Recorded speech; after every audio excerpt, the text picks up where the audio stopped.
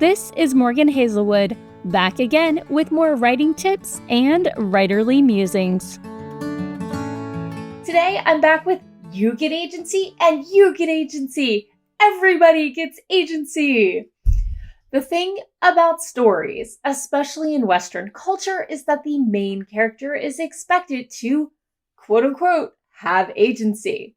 They're supposed to make decisions and take action, not just have things happen to them.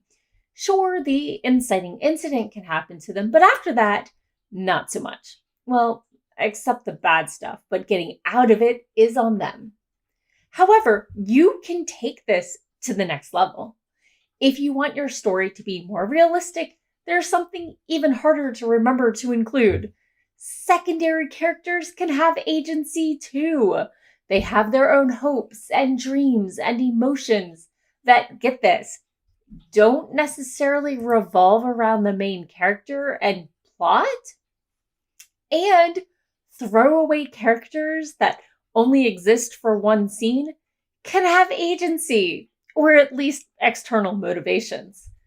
You hear a lot about the quote-unquote white room syndrome where writers forget to describe the setting.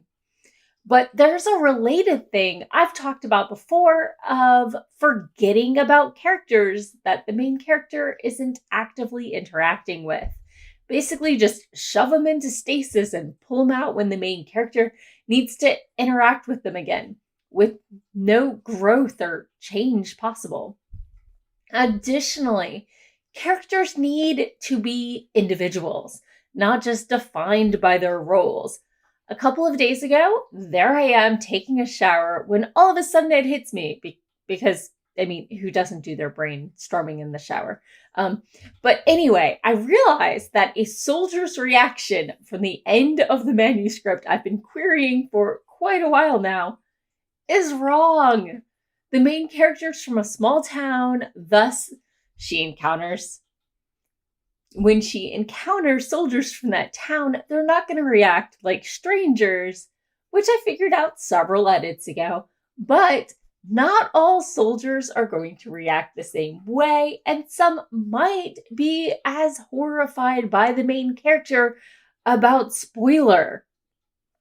You need to do your best to make sure that all of your characters are three-dimensional, not just stereotypes or defined by the plot role they're fulfilling. It's easy to just plunk in the spunky brunette English major barista at the Barnes & Noble cafe. What about a single dad, or the immigrant who's teaching themselves English on their lunch breaks, or the female combat veteran who lost a leg? It's a lot more interesting and honestly realistic when even background characters are written with a touch of nuance rather than just plucked out of central casting. Have you read any novels with boring background characters straight out of central casting? Who are your favorite multi-note background characters that you've read or written? And that's all for today. Thanks for listening.